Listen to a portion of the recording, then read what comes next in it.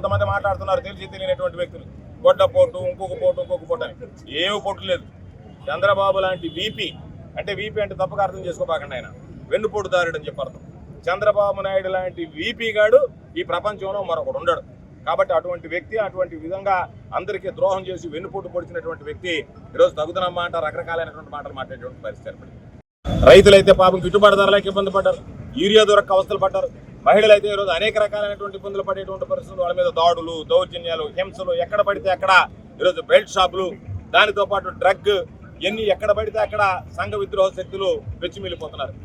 అయితే ఇటువంటి పరిస్థితుల్లో చంద్రబాబు నాయుడు మాత్రం తనకి ఏమీ పట్టనట్లుగా, అంతా తానే వ్యవహరించినట్టుగా, తనకు సంబంధించినటువంటి అనుకూల మీడియా ద్వారా రకరకాలైనటువంటి ప్రకటనలు చేస్తూ కాలయాపన చేయడం తప్ప ఈరోజు రాష్ట్ర ప్రజల గురించి కానీ ప్రజల సంక్షేమాన్ని గురించి పట్టించుకోవడం లేదు.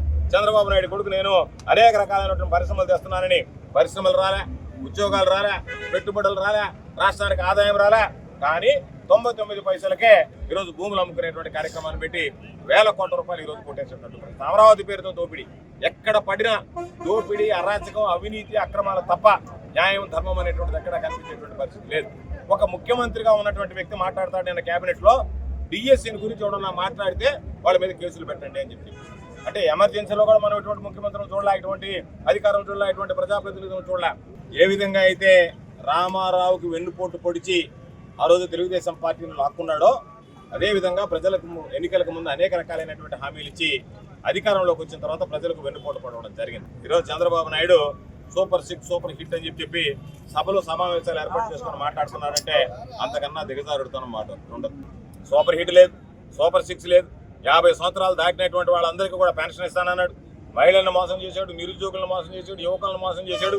ఈరోజు మెగా డిఎస్సీ పేరుతో దగా డిఎస్సీ అని చెప్పి స్పోర్ట్స్ వాటర్ కోట కింద 421 నిరుద్యోగులకు రావాల్సినటువంటి అధ్యాపకుల పోస్టులను అమ్ముకున్నటువంటి హీన చరిత్ర ఎవరికన్నా ఉంది అంటే అది ఈ రోజు ఉన్నటువంటి కూటమి ప్రభుత్వం ఉంది, చంద్రబాబు నాయుడు కొడుకుల నాయకత్వం ఉంది అని చెప్పి మీ అందరికీ సందర్భంగా గుర్తు చేస్తున్నాం.